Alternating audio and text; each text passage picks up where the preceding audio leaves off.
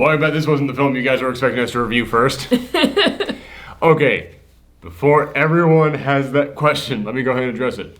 We are definitely seeing Incredibles 2 this weekend. Yes. Our schedules have just been really weird, and that movie is selling out rapid fire. Mm-hmm. Like, I knew people were waiting for the sequel to it, but I didn't think that many people were waiting for it. Oh, you would be very surprised. I mean, I knew it was big. I knew people wanted it, but geez, I didn't know to this extent. No, we are watching Tag. Well, Thank you you for did. interrupting the explanation. All right, yes. But yeah, so we are seeing it. It's just been kind of like a weird schedule, and we were like, all right, maybe we can see it. No, it's too late to see it today. Screw it, I'm gonna see Tag. I'm gonna at least see something. See something. It was either Tag or Superfly, and I honestly don't know which my audience would rather I see. I can't read you guys sometimes.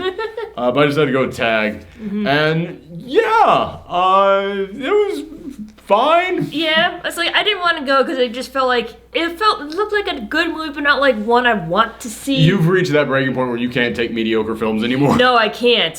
Getting to the theater is a pain in the ass, and it's like it has to be worth it just to go to the theater for me. There literally came a moment when I was watching this when I stopped and I thought, I'm so glad you're not here. Because even though this is not a bad movie, you would be like, why the fuck did I come out here for this? Why did I spend money on this? But yeah, so this is a post-Geekout reaction for Tag. It is a film. But we're changing up how we do the post-Geekout reactions. For anybody who's seen them before, you know it's not really a review. It's more of just a discussion between us about the thing that we just watched, and that does include spoilers. However, I realize that's turning off a lot of people who have been like, I don't know if I want to see this or not. Can I get your opinions on it first? So we now save all the spoiler talk till the end. So everybody, don't worry. You won't be spoiled on Tag. My dog is sneezing. And shockingly enough, there is a spoiler kind of thing at the end of this. Oh, okay, so... Who's it is the big twist.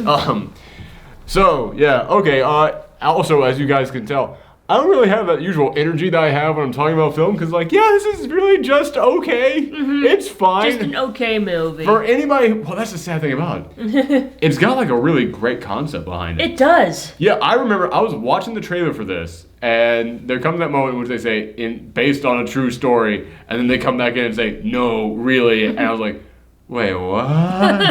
And it actually is. Like, this movie opens up, John Hamm is playing, like, the head of this insurance company, and he's being interviewed by someone from the Wall Street Journal, and then Ed Helms comes in with a bad wig and bad mustache on, and the film actually opened up with him interviewing for a job as a janitor at this company, and he's being interviewed by the guy who was the best friend in Get Out.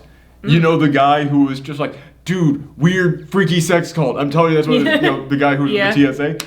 This dude is making a career off of just saying white people, because that's what he's doing this whole time. Like, Ed Helms is being interviewed for this job as a janitor, and he's just looking at him like, yeah, it says here that you have a PhD and you're a veterinarian and you worked in this job for several years, and don't you think you're overqualified for this? And he is just selling his ass off. No, it has been my dream. It's been on my bucket list to be a janitor. He's like, so your bucket list isn't like climb Mount Everest or like go skydiving. It's clean up people's shit. So yeah, and he nails it. He actually is one of the best parts of this whole movie. Sadly, he is not in the film after that. So basically, Ed Helms comes in, pretending to be the janitor. Then in the middle of this interview, he like goes on the attack and tries to tag him, and then he tags him. And then the Wall Street Journal person just goes, what the hell is going on here? And they explain to him, yeah, me and my friends for the past 35 years, we've been playing the same one continuous game of tag. Every single May, it's all on. Like, the other 11 months of the year, we go on with our normal lives. We're all living in different states. Oh, okay, so it's not like constantly throughout the year. So there's no way you could get shit done. Yeah. Yeah, because like that's kind of like my big concern when. That was one of the questions I had. Yeah, it's like they do address it right off the bat. I'll give them that. But yeah, so basically they've been playing the same one game of tag since like 1983, and they only do it in the month of May, which like they all live in different cities. Like Hannibal Buress lives in Portland, but Nick from New Girl, I know he has a real name. He lives in Denver, and then up in Washington, their other friend played by Jeremy Renner lives. And it gets revealed, okay, Jeremy Renner, who I'm sure he has another name, but he's Jeremy Renner, Hawkeye. They revealed that Hawkeye has basically said, yeah, he's out. This is his last year doing this. And he has never been tagged in 35 years. This entire time, he has never, ever been it. So they're all getting together, all going up to Washington, all to go and tag him. And it's his wedding. So they're like, that's it. We've got him pegged. We've got him down. We know where he's going to be. So, like, basically what they revealed in the trailer. Yeah. It's exactly that. And that's the thing. I really like that trailer. I laughed really hard at that trailer. Like, I was actually genuinely surprised. I was like, this looks like it could be a fun movie. And then after I saw that trailer for, like, the 4th or 5th time, it suddenly dawned on me, wouldn't other movies at this point have given us a second trailer? Doesn't that seem like how movies typically tend to go when they have a lot of good stuff to show off? And that's when it hit me, oh God, what if all the good stuff is in the trailer? And no, there's other good things in here aside from what was in that trailer. Yeah. But there's also a lot of bad stuff in this film. One of the biggest problems with this entire movie is the fact that Ed Helms is kind of the star of this. Like, it's an ensemble piece, but there has to be that one character who kind of like, they're the one who starts the film. They're the one we spend more time with. We kind of see more of what's going on with them. Ed Helms is that guy for us. Yeah. Ed Helms is probably the least likable character in this entire film. That's the biggest problem. And here's the thing. Do you know how bad you have to fuck up to make Ed Helms unlikable?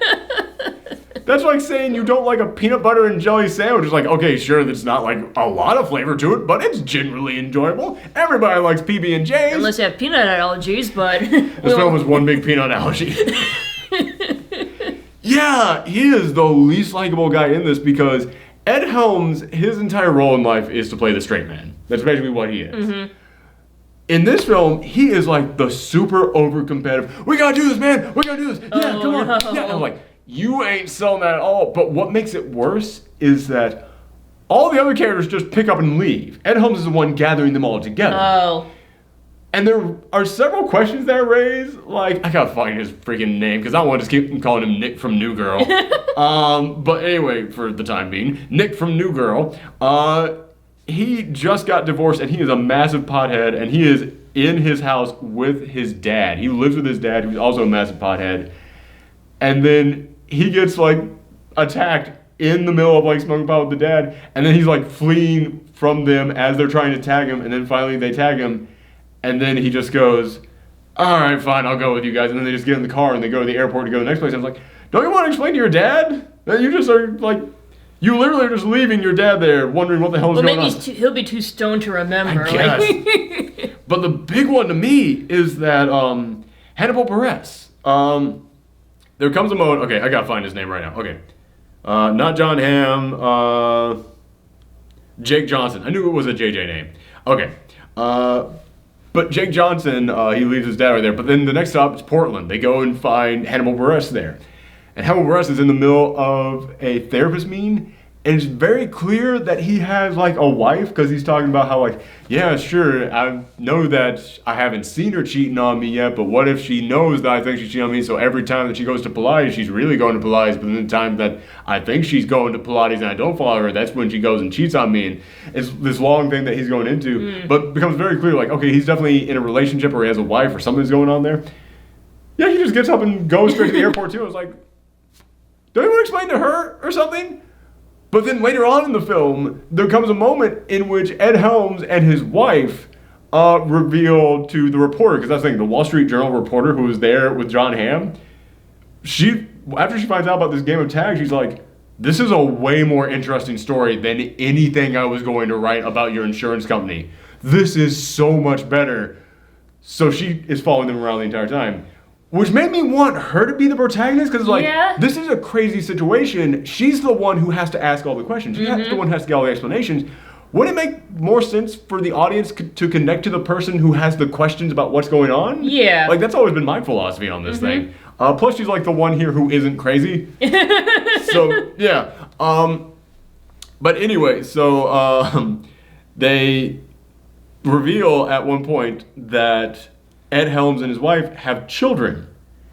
because they mentioned like, oh yeah, we once got tagged while she was in the middle of giving birth. Like they walked in there, like, good job, Ike, and then left. Yeah, we saw that in the trailer too. Yeah, you see a lot of stuff in the trailer. And at that point I went, how old are Ed Helms and his wife?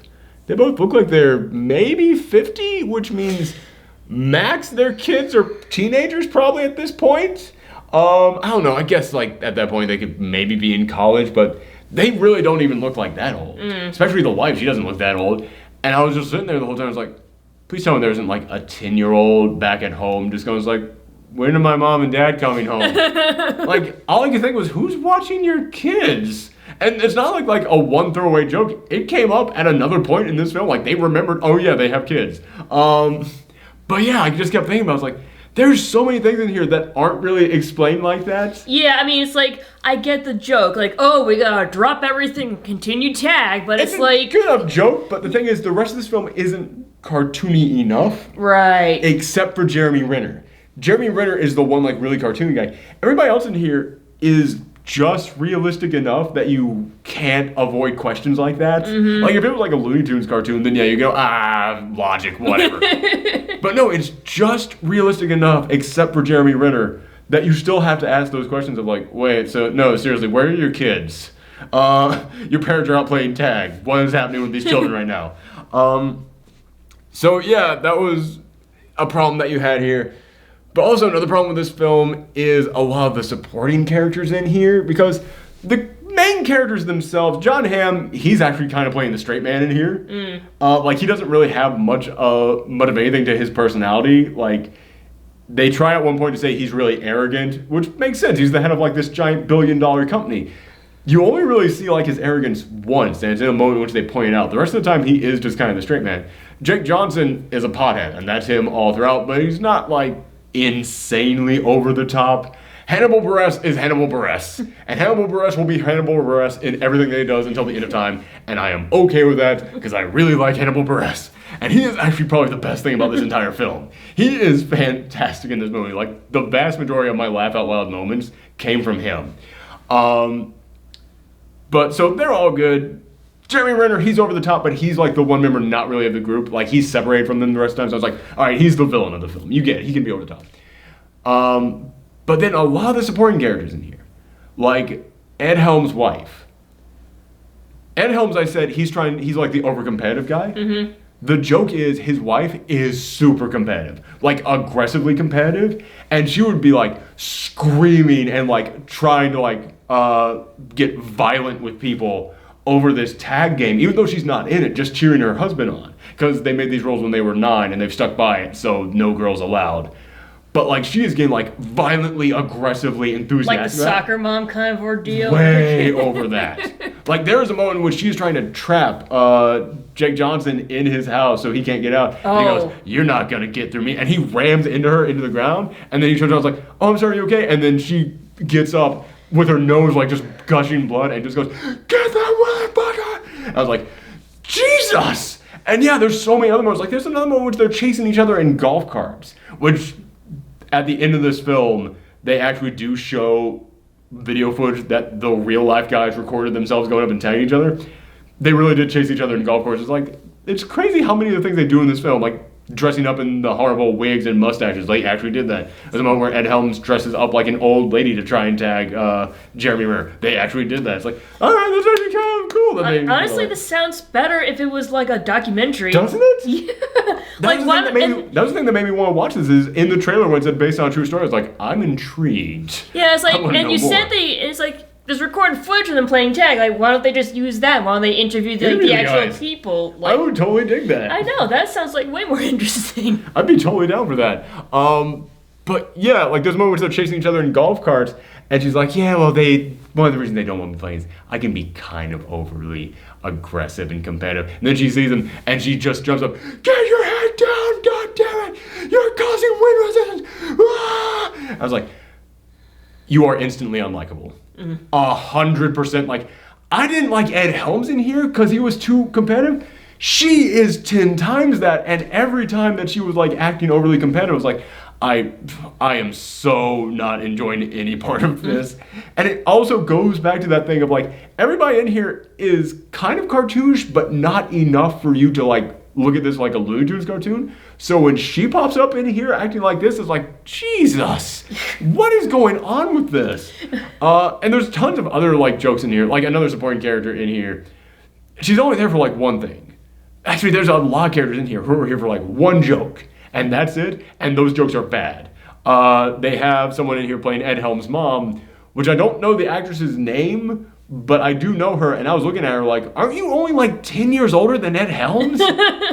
How did this happen? But she's in there, and she comes downstairs, and they do like one gag in here where Jake Johnson finds some pot he stored in Ed Helms' like basement when they were kids, and he was like, yeah, okay, I'm gonna smoke this, and Ed Helms was like, you know what, I've actually been experimenting with stuff like medical marijuana recently, so maybe I would like to actually get this. And it's like, all right, you know what, I've been dreaming of getting high with you for a long time. He smokes a little bit of the medical marijuana, then they have to hide because the mom comes down, and Jake Johnson's like, oh, that was me, I'm sorry, it's a bad habit of mine, I know. And then he's like, oh, I think I'm getting a Kanye high.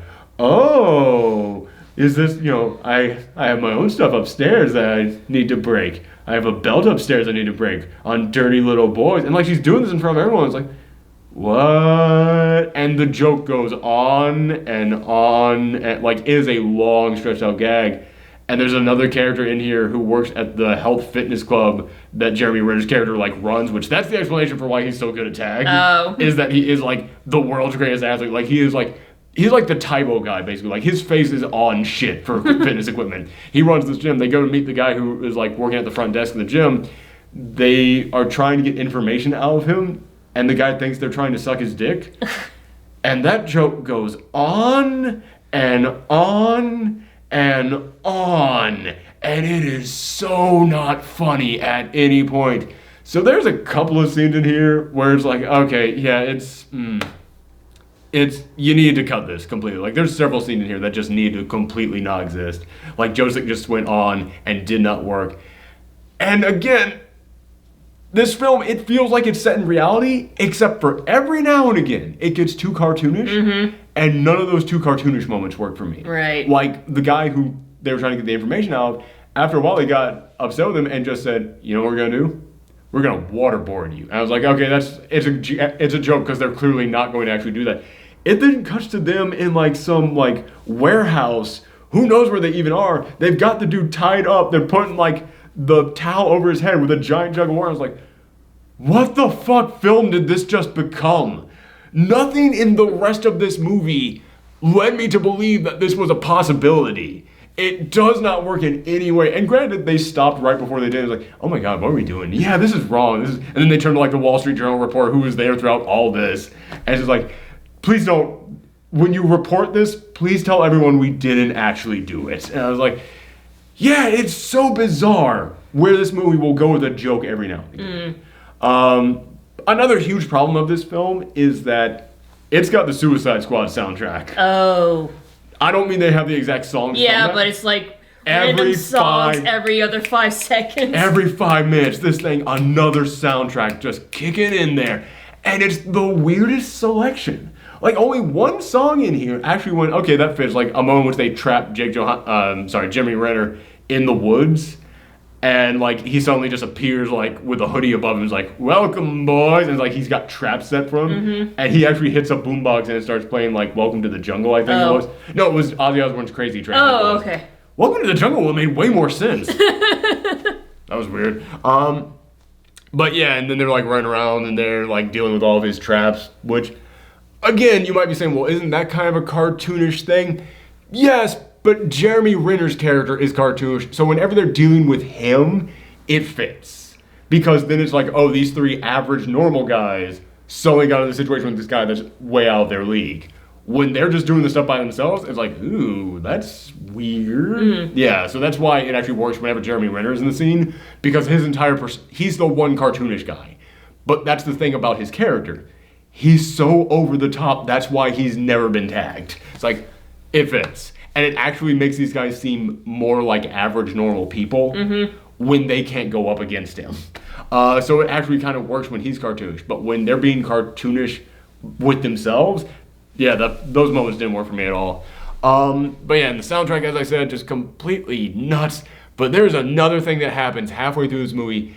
This movie is an hour and 40 minutes. It feels like they had it to an hour and a half, and then they went, we need a little bit more in here. And there's something they throw in here, and I hate it.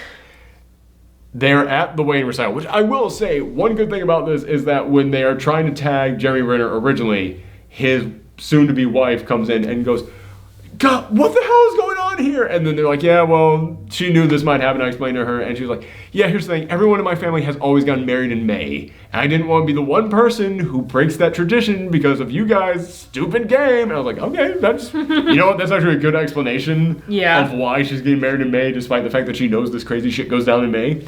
So they write up rules, and they say, okay, you can't tag him during the reception, during the recital, during like the wedding itself. But as soon as that stuff is over with, then fine, you guys can have at it. But during those moments, none of this stuff. So there's a moment in which they are just sitting around waiting for the recital to be over, basically, or reception. What's the difference between the two? The like pre-party thing, basically, for what the wedding is. What is it? I don't know. Yeah, we didn't do that. No. So. We don't do all that fancy wedding stuff. We got married in a donut shop, okay? We did it right. I think recital is like rehearsal, so I think that's what comes first. So rehearsal. It wasn't it. It was like the rehearsal thing. But it was like the big pre-party. Wow, it's weird that that's a bit of information that a married couple does not know. Oh, but that's why we're perfect for each other. We both didn't know that.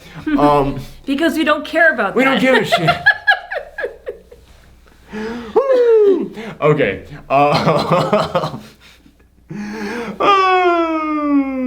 We have fun. Okay. But so there comes a moment in which they are like counting down the time, and then all of a sudden, Rashida Jones walks in.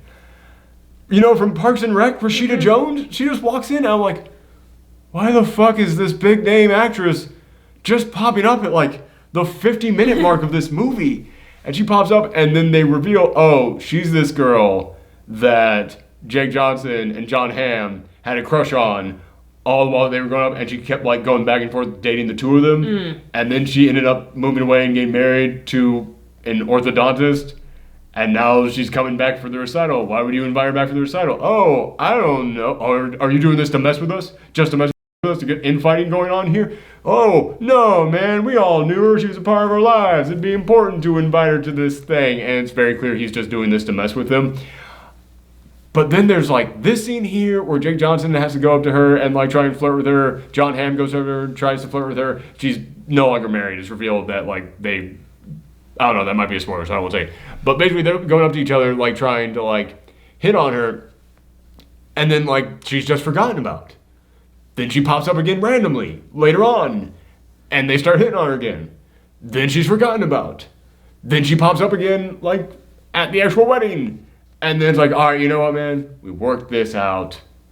She's all yours. You take her, Jake Johnson, because I'm John Hamm and I can get anyone I want. Yeah, no offense, but why on earth would you not choose the billionaire John Hamm over the pothead Jake Johnson? That just seemed like, listen, I'm not going to tell anybody who to fall in love with, but man, this movie ain't really making the case for him. Oh, okay, anyway. Okay, I guess that was kind of a little bit of a spoiler there, my bad. But yeah, I hated that. It was like, there is no point to this B-plot in here. And it's a B-plot you introduce 50 minutes into the movie. There is no reason for this to be in this movie. And also, Rashida Jones? What happened there? You were like a big name on TV. What happened that you are now just playing like fifth banana in this film, like having the smallest of bit parts in this movie, and your entire role is just to be nothing but, hi boys, which of you are going to date me? Like, God, you should be in such better stuff. Like, it broke my heart seeing that. But, okay, I think I've laid out pretty much all the problems I have with this movie. However, as I said, there are good moments, there are good jokes in here. Like, there's a lot of cringeworthy jokes in here. There's a lot of jokes that go on too long. There's a lot of jokes that just need to be cut out. There's a lot of supporting characters who just need to be cut out of this thing. But the main 5 guys in this film, of Ed Helms, okay, maybe not Ed Helms, the other 4 main guys in this film, John Hamm, Jake Johnson, oh God, I suddenly forgot his name. How did I said he was the best thing about the entire movie, and I completely forgot his name all of a sudden. Hannibal Buress. Jesus. Hannibal Buress and Jeremy Renner, they're all really damn good in this film. They all have, like, really good chemistry with each other. Like, you look at these guys, like, how on earth are these 5 completely different guys going to actually be friends with each other? Oh, you actually kind of buy it in this film. It actually kind of works in here. But they all do get, like, at least one good laugh out of me, except for Ed Helms, again. But all the other guys got decent laughs out of me. Hannibal Buress, every single line out of that dude's mouth made me laugh. Like, I don't even know if he had any lines written for him in the script, because I don't know how someone can write Hannibal Buress lines. It feels like they just have to come naturally out of him. So it might have just been Hannibal says something funny. And Hannibal said something funny in the film. He's got so many hilarious moments. There is one moment in which, I'll get into it in a second, but Jeremy Renner, the thing that really impressed me about him is that, yeah, he's never been tagged. The first time that they all go in to tag him, we had seen some tag sequences before this when the guys were, like, meeting up, and they tried to do an action scene of, like, Jake Johnson trying to escape his house. Yeah, that really wasn't that good of an action scene, and made me go, this is kind of what this film needs to rely upon. And it's not very good, and it kind of, like, gives me no hope for the rest of this film. Whenever they're trying to tag Jeremy Renner, it goes into slow-mo, and it's got, like, the camera zooming around the whole time. Not like The Matrix or anything. It's, like, actually, like, doing its own thing there. And you hear his internal thoughts the entire time. He's like, he's approaching me from this side. Grab the tablecloth. Whips the tablecloth off of, like, the table in front of him. The flowers are still standing. And then just turns around, wraps the guy up, swings him around, so he slaps Ed Helms. Note to self, Ed has been slapped now. That means Ed is it. Do not let Ed touch you. Like, he just goes full robot. And it's actually really darn cool. Like, every time in which, like, he is about to get tagged and he goes in that slow-mo robot mode, he's really good. It's actually really darn enjoyable. There is a fight scene that he gets into with Ed Helms in the mall. It's a damn good fight scene. Like, I was watching this going, you know what? If the rest of this film just wants to be Hawkeye beating the crap out of Ed Helms, I'm actually okay with that. I would watch that. Yeah, those modes are great. And there comes a moment, like, it's the big scene of them all trying to tag him at the wedding. Actually, no, not at the wedding, like, right before it. Like, right before, like, the cutoff date, because after that, they can't tag him anymore. They're all going in there, trying to tag him. And at this moment, it now slows down for everyone, and you start hearing everyone's internal thoughts. And they have locked every single door at this place that he's at, so he can't escape. And there comes a moment when he's about to escape, he gets up the door, tries to open it, and won't open. And then, like, everybody else has been, I finally got him. I'm going to get him this time. He's approaching from this side. I can see him in the reflection on my cup doing this thing over here, this. It gets up to Hannibal Buress's moment to actually, like, do his internal dialogue. And he's just sitting outside the door eating a chip in slow motion and goes, why does bi-weekly mean 2 times a week but also every other week? That's just damn confusing and seems like really lazy linguistics. And I'm like, that's the funniest line in this entire goddamn film. The entire film. I will remember that line until the day I die. Hannibal Buress is hilarious every single moment in this movie. But, okay, so in verdict on this thing, 4 of the 5 main guys in here are really darn good. But a lot of the supporting characters are not good in here at all. And when the jokes are a little bit more realistic, a little bit more down to earth, really solid, really darn good. It's when the jokes go a little bit too far that they fail almost completely. Right. Except for in those, like, tagging Jeremy Renner moments. That's when the over-the-top stuff works. So overall, it's kind of even. It's kind of like right down the middle. It's a rental. There's no need to go to the movies and see this. Yeah. If you do need to, like, watch something kind of like this weekend, though, watch Game Night. Oh, yeah, I was, like, thinking about that. It's like... There comes a moment in this movie in which I've been thinking, you know, it kind of reminds me of Game Night a little bit. There's a moment in which they go back to their old hometown so they can find Jeremy Renner. They go to a bar, and the guy working at the bar is a guy they used to know their entire life, and he always wanted to be in on the tagging game, and they're like, no, man, no new people in the tagging game, can't do that. And he keeps trying to work his way into the tagging game, and I was like, oh my God, this is Game Night. Because remember, there was that next door neighbor. The next door neighbor in game night had that exact same running gag of he wants to be part of the game night. But that dude was hilarious. This is another character who I'm like, you could cut this guy completely. He is not, I'm not getting anything from this guy. Everyone in this film tries, I'll give them that. They're all giving it 100%, but man, it just does not work a lot of the times in here. And yeah, I looked at this and I was just like, this is so just like game night. In so many different ways. This movie is just, including like I was saying, like, man, the action scenes in here really are not good for what this movie needs to be. And it made me think of that one action scene in Game Night that's just one long continuous shot. God, that was so good. And I just kept thinking, imagine if the guys behind that made this movie. This movie would have been so much better if those guys had been making this. So yeah, just watch Game Night. That's really my breakdown. Just watch Game Night, and then if this comes on Netflix, yeah, check it out. It's fun. It's totally worth a watch, but not in theaters, man. There's no reason to see this in theaters. Okay, time to get into some spoiler stuff on this. Okay. This is one of the few things that actually kind of saved this movie at the end for me, is that at the end of this movie, okay, this part didn't actually save it for me. This made me almost give it a fuck you. Oh. Because they reveal at the rehearsal, the recital, whatever, the person that Jeremy Renner is marrying comes up to them and reveals, oh yeah, I'm actually pregnant. We're not telling too many people, so keep it hush-hush, don't tell anyone. Okay, we're just being, just let everybody know. But yeah, it's a secret for now. Then later on, they've got Jeremy Renner trapped. He is like in this room, he is walled up in there. He is, if the only way out is to go through them, so he's gonna get tagged one way or another. Then she comes in and she is screaming, what are you doing? We have to take our phones in an hour. What is happening? Oh, she starts going through labor? No, she's not. No, hon, it's a secret. She's not going into labor when it's still a secret. It's a miscarriage. Oh. And then I was like, the fuck is that? And then Jeremy Renner comes out and says, it's gonna be okay. We gotta get you to the hospital. And then that night they're sending out messages. It's like, sorry to announce everyone, but the wedding is being delayed for the time being. And they're like, oh, God, no.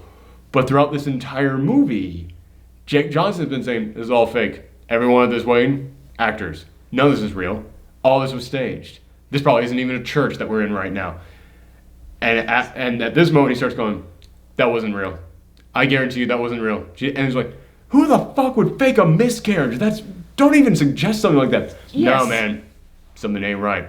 Something ain't right with this. And then they do investigating and they discover it was faked. She wasn't pregnant at all. This was his plan B in case he ever got trapped. Oh. He was going to call on her, have her come in, fake a miscarriage, and that way they could escape. Oh, wow. Fuck you, seriously, movie. Wow. Wow, that really just put an awful taste in my mouth. And yeah, they go to the wedding after this, and sure enough, she's totally fine. She's drinking champagne. She's like, oh, yeah. Here's the thing. I'm on the winning team, so don't fuck this up. We will do whatever it takes to ensure that he never gets tagged. And I was like, okay, well, at least now I understand why he's getting married to her. Because before this, she had, no personality at all. So, yeah. But still, even if I understand, why he's getting married to her, oh man, fuck that. That was an awful decision doing this film. But then there is another twist after this. Mm-hmm. There comes a moment in which Ed Helms runs up there, tries to tag him. You saw it in the trailer in which he jumps and falls. What you don't see is the scene after that, where he doesn't get back up. He dies? No. Not yet. Oh, he gets paralyzed? Not yet. Well, okay, that part doesn't happen at all. But throughout this entire film, Ed Helms kept saying, I'm going to do this until I die. I'm not dying until I tag you. He keeps bringing up, I'm not dying until I tag you. Oh, he had cancer? Bingo. Oh, man. And it makes me even think back to the stuff of the scene in which he was like, yeah, I've been experimenting with pot recently, medical marijuana. It makes me go, oh, fuck. Wow. It's one of those things where it's he kept mentioning dying too many times in here, and I thought he was just going to get hit by a truck. I didn't expect cancer to come out of anywhere. But it does, when you look back at the medical marijuana thing, it's oh, you actually did kind of set this up. And then he reveals to his friends while he's in the hospital, yeah, I lied to you.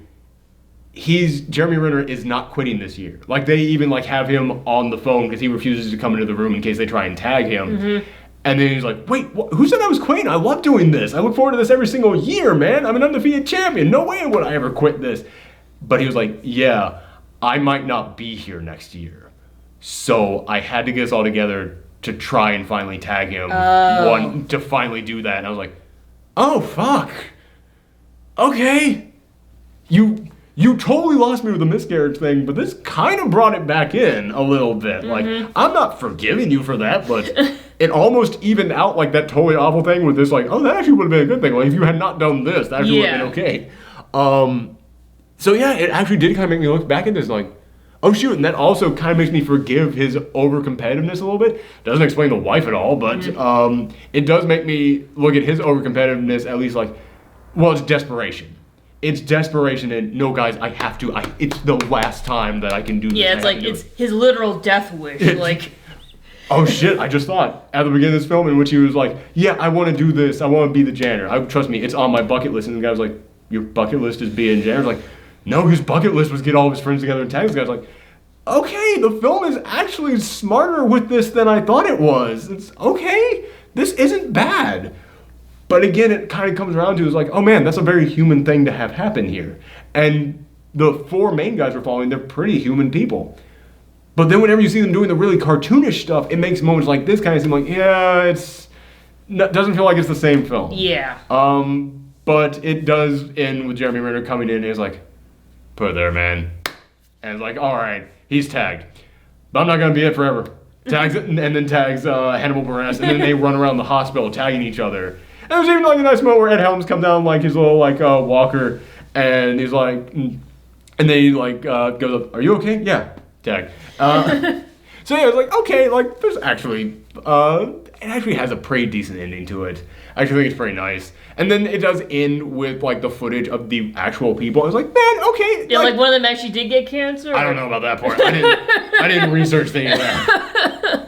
But like you see like the joy they have for each other when they're going up. Like you see them like running up behind each other, tagging them, and then they're all like, oh man. It's like, because that's the thing about this film is that they try and say like, it's not about like running away from each other, it's about bringing each other together. It's like, we've been in each other's lives because of this. I was like, when you actually see the footage there at the end, you kind of buy it, and you're like, oh, I get it, man. Like the joy these guys had for seeing each other, it was really solid. But there's other problems that brings up. Like there is a moment in which they mention like, how often do you see Jeremy Renner outside of May? And they're like, and it's like, yeah, these guys avoid this guy 11 months out of the year. And at the end, it was kind of like, they actually do kind of bring that up a little bit. It's like, well, yeah, how come we don't really see you? And it's like, I don't know, I guess it's because during May, like, you avoid us the entire month. It's like, you don't really, like, play with us all that much. And yeah, man, this is our time to bond, and your definition of bonding is, like, constantly trying to get away from us. And then at the end, you can see him actually legit playing tag with them. It's like, oh, he's actually having fun. And you get that sense, like, oh, they're all coming together. Like, there's only, like, one moment in which they're actually hanging out, all 5 of them together. It's at the recital or reception or whatever.